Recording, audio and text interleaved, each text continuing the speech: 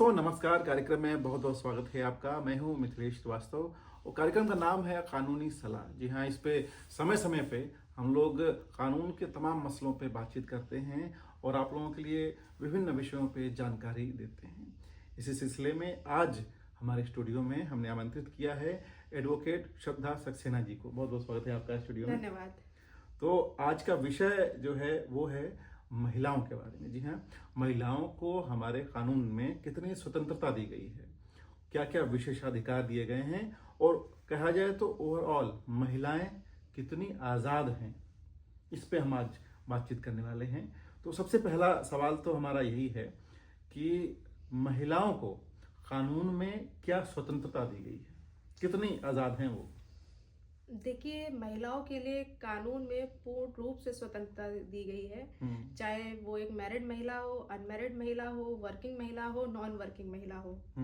अगर मैं एक मैरिड महिला की बात करूं तो उसको इस बात का अधिकार दिया गया है कि अगर लड़की एक बहुत गरीब परिवार से आ रही है पर उसकी शादी एक राजा के यहाँ होती है, तो जो एक राजा का स्तर है वही स्तर उस महिला का होगा। अच्छा, ये मतलब उसको हक मिला है। जी जी जी। तो जैसे हम कई बार देखते हैं कि मेंटेनेंस के जब मुकदमे आते हैं तो लड़की बहुत ही ज्यादा निम्न परिवार से आ रही हो बट उसकी शादी और एक धनाढ्य परिवार में हुई है, तो मेंटेनेंस लड़के और परिवार के लेवल को देखते हुए बंधेगा। ये उसको अधिकार दिया गया है। राइट टू इक्वलिटी आर्टिकल 14 हमें संविधान भी देता है और इक्वल पे का राइट हर वर्किंग महिला के पास में है कि जहां पर हम ये देखते हैं कि महिला सेम स्तर पे काम कर रही है, सेम उसकी ड्यूटीज है, सेम रिस्पॉन्सिबिलिटीज है, बट पे स्केल कम है। तो वहां भी उसका ये अधिकार है कि अगर equal work for equal pay है। इसके अलावा अगर देखा जाए ग्रामीण महिलाओं को, या ग्रामीण महिलाओं में भी एक बहुत बड़ा विभेद कहना चाहेंगे हम, धर्म के आधार पे। क्या सभी धर्म के महिलाओं को एक समान अधिकार है? जी। अच्छा अच्छा। और ग्रामीण स्तर पे जैसे गांव में महिलाओं को लेकर बात की जाती है, पर्दा प्रथा, अब तो हालांकि बहुत कम हो गया है, महिलाएं भी सामने आ रही हैं, लेकिन उन्हें कानूनी रूप से क्या स्वतंत्रता है? किसी कभी मुकदमा जो दाखिल करने की, या कहीं भी कुछ ऐसा है जो उन्हें कम है और पुरुषों को ज्यादा है, या उन्हें ज्यादा है और पुरुषों को कम है? देखिए, कहीं भी अगर एक छोटा सा मैं protection of women against domestic violence act की अगर मैं बात करूं 2005, तो उसमें कहीं भी ग्रामीण महिला या अर्बन महिला डिफाइंड नहीं है। प्रोटेक्शन ऑफ वुमेन, वो कोई भी महिला हो सकती है, वो ग्रामीण परिवेश की भी महिला हो सकती है, वो एक अर्बन एरिया की, शहर की भी महिला हो सकती है, वो किसी भी, वो SC ST tribe, OBC, general, वो जिस भी कैटेगरी की हो, चाहे मुस्लिम हो चाहे हिंदू हो, सबको सेम अधिकार दिया गया है। सेम अधिकार है। अब बात आती है जैसा मैंने अभी कहा है कि विशेषाधिकार, क्या कुछ विशेषाधिकार हैं महिलाओं को? जी हाँ, जैसे कि अगर मैं एक मैट्रिमोनियल डिस्प्यूट है तो वो हमने कहीं ना कहीं हम ये सुनते भी हैं कि महिलाओं के पास ज्यादा अधिकार है। तो protection of women against domestic violence act ये वुमेन के लिए ही बना हुआ है। 125 का जो है वो वुमेन ओरिएंटेड है। तो ये सारे विशेष अधिकार हैं जो महिलाओं के लिए दिए गए हैं। 498 हमारा IPC में प्रोविजन था, तो वो भी महिलाओं के लिए था, वायलेंस अगेंस्ट वुमेन। तो ये सारे कुछ ऐसे स्पेशल सेक्शंस IPC में थे, एक सर्टेन एक्ट्स बनाए गए जो महिलाओं के लिए ही डेडिकेटेड थे। अगर हम वर्क प्लेस पे अगर बात करें, महिलाओं का अगर शोषण होता है तो posh policy her work place पे होती है, वो भी वुमेन के लिए बनाई गई है। तो ये सारे विशेषाधिकार है। चाहे हम एक ऐसी महिला का एग्जाम्पल ले लें जो कि शादीशुदा है या एक वर्किंग महिला है, तो ये विशेष अधिकार दिए गए हैं। इसमें मैं एक चीज ऐड करूंगी, आजकल ये बहुत चलता है कि सारे जो अधिकार हैं वो महिलाओं के लिए ही हैं, जी जी, पुरुषों के लिए नहीं है। तो अगर हम देखा जाए तो सबसे ज्यादा शोषण भी महिला का होता है। और जब कोई कानून बनता है तो सर्किल एट लार्ज को देख करके बनता है, कभी भी एक छोटे से प्रारूप को देख करके नहीं बनता है। अतुल सुभाष का एक बेस्ट एग्जांपल है कि जब उन्होंने सुसाइड किया तो इसको बहुत ज्यादा हाइप मिली, पर मेरा अतुल सुभाष को लेकर के बिल्कुल डिफरेंट ओपिनियन है। अतुल सुभाष ने सुसाइड किया, उन्होंने अपना एक नोट बनाया। अतुल सुभाष का 2.5 साल से मैट्रिमोनियल डिस्प्यूट चल रहा था। अतुल सुभाष ने उसमें जो कुछ भी कहा वो 2.5 साल पहले का था, जब हस्बैंड वाइफ के बीच में कॉर्डियल रिलेशन है ही नहीं, तो कैसे वो उनके बारे में पॉजिटिव बातें बोलेगा, और उन्होंने कोई भी डॉक्यूमेंट्री कोर्ट एविडेंस नहीं रखा सामने। तो हमें तो other part of the story पता ही नहीं है। अब आप उन महिला और उसके परिवार का सोचिए कि हर सोशल मीडिया प्लेटफॉर्म पे उनकी फोटो वायरल हो गई, लोगों ने ऐसा गंदा गंदा भद्दा लिखा कि बीइंग अ महिला मुझे शर्म आ रही थी कि एक महिला का इतना शोषण। आप सोचिए ना कि उनको बेल मिल गया इलाहाबाद हाई कोर्ट से। तो एक अतुल सुभाष का एक वीडियो जितना मैंने देखा उसमें उनका ये था कि इस महिला को खत्म कर देना चाहिए।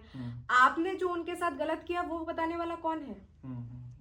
आपने अपने किसी भी मुकदमे का कोई स्टेज नहीं बताया।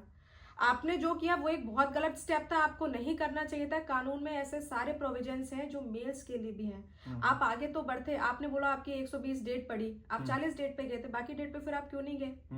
तो आप ऐसा बहुत कुछ है, मतलब इस हमें other part of the story पता ही नहीं है। अतुल सुभाष के साथ जो हुआ गलत हुआ, लेकिन जो उस महिला के साथ आज भी हो रहा है वो भी गलत है। इतने मीम्स बन रहे हैं उस महिला के अगेंस्ट, उस महिला की प्रोटेक्शन अब कैसे हो, आप बताइए। जी, अब यही तो बात आती है कि अगर ऐसा हो रहा है किसी महिला के साथ जैसा उनके साथ हो रहा है, तो इसमें क्या महिलाओं को कुछ अलग से अधिकार दिए गए हैं?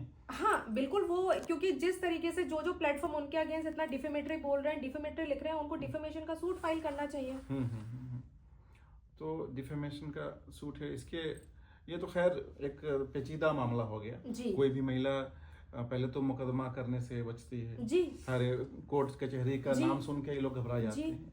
तो बात ये भी आती है कि क्या महिलाओं के लिए कानूनी जो पूरा प्रोसेस है, प्रक्रिया है, उसको भी आसान बनाया गया है? बहुत आसान है। आप ये सोच लीजिए, हर कोई ये बोलता है कि कोर्ट का जो प्रोसेस है बहुत लेंदी चलता है। मेरा पर्सनल ओपिनियन ये रहा है, मेरे 10 साल हो गए प्रैक्टिस करते हुए, मेरा ओपिनियन ये रहा है कि इट्स ऑल डिपेंड्स अपॉन कि जो महिला है वो लड़ने के लिए कितना जुझारू है और उसने कैसा काउंसिल एंगेज किया हुआ है। बिल्कुल, ये जुझारू तो होना पड़ेगा। हाँ, तो कई बार ऐसा होता है ना महिलाओं के साथ, जो मैंने कुछ दिक्कतें पाई है कि अगर किसी महिला के साथ कोई मैट्रिमोनियल डिस्प्यूट हो जाता है तो वो सारा बर्डन वकील पे डाल देती है। और मैंने खुद पर्सनली कई बार मुझे महिलाओं को चेस करना पड़ता है कि आप मुझे ये दे दीजिए, ये दे दीजिए। मैं अगर उनको आज ये बता रही हूँ कि मुझे सो एंड सो चीज चाहिए, तो अगर मैं उनको एक हफ्ते तक कॉल ना करूँ तो वो एक हफ्ते तक मुझे कॉल नहीं करेंगी। मुझे अगले हफ्ते उनको कॉल करके पूछना होता है ये अरेंज हुआ, तब तक वो अरेंज नहीं हुआ होता है। तो कहीं ना कहीं अगर आपके साथ गलत हो रहा है तो आपको उसका स्टैंड भी लेना पड़ेगा। जी, जो गलत हो रहा है उसका स्टैंड तो लेना पड़ेगा। कार्यक्रम चल रहा है कानूनी सलाह और हम बात कर रहे हैं महिलाएं कितनी आज़ाद हैं, उन्हें कितनी स्वतंत्रता दी गई है कानूनी रूप से और कौन कौन से विशेषाधिकार हैं, जानकारी दे रही हैं एडवोकेट श्रद्धा सक्सेना जी। तो बात हम कर रहे हैं विशेषाधिकारों की। अब उनके अनुपालन की बात आती है। एक तो व्यवहार सैद्धांतिक रूप है, कानून रूप से कई सारे अधिकार तो दिए गए हैं। व्यवहारिक रूप में जैसे आप बता ही रही हैं, कई सारे मुकदमे हमेशा आते हैं। एक तो आपने ये बताया कि महिलाएं जो हैं जुझारू नहीं होती हैं, और क्या क्या व्यवहारिक दिक्कतें हैं महिलाओं के विशेषाधिकार का अनुपालन कराने में? देखिए, महिलाओं के लिए मेरा ये सजेशन है कि अगर किसी ने आपके साथ गलत किया ना तो आपको उसको छोड़ना नहीं है ऐसे। आपको, क्योंकि कानून का प्रावधान बनाए इसीलिए गया है, तो आपके लिए आप अपने लिए खड़ी रहिए और अपने लिए लड़िए। और 4 लोग क्या कहेंगे इस बारे में बिल्कुल मत सोचिए। इस बारे में बिल्कुल नहीं सोचना है, क्योंकि वो 4 लोग कभी आपके साथ आकर के खड़े नहीं होंगे। मैंने देखा है कि कई बार महिलाएं बहुत ज्यादा कॉन्शियस होती हैं कि अगर मैं अपना मुकदमा आगे लेकर के आई तो शायद हो सकता है पुलिस घर पे आए, जो कि आमतौर पे एफआईआर के बाद स्टेटमेंट रिकॉर्ड करने के लिए आती है। तो वो जिन लोगों को लेकर के लिए वरीड होती है ना, मैं उनको एक बात बोलती हूँ, आप उनको बोलो कि आपके केस में आके विटनेस बन जाए। कोई नहीं बनता, तो वहीं पर उनको क्लैरिटी मिलना शुरू हो जाती है कि उनके साथ कोई नहीं खड़ा है।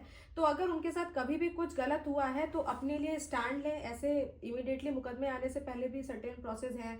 जैसे आपके घर में अगर ससुराल में आपके साथ कुछ गलत हो रहा है, इनफैक्ट घर पे भी गलत हो रहा है, तो 112 का प्रोविजन है। 2 मिनट के अंदर पुलिस आपके डोर स्टेप पे पहुंच जाती है।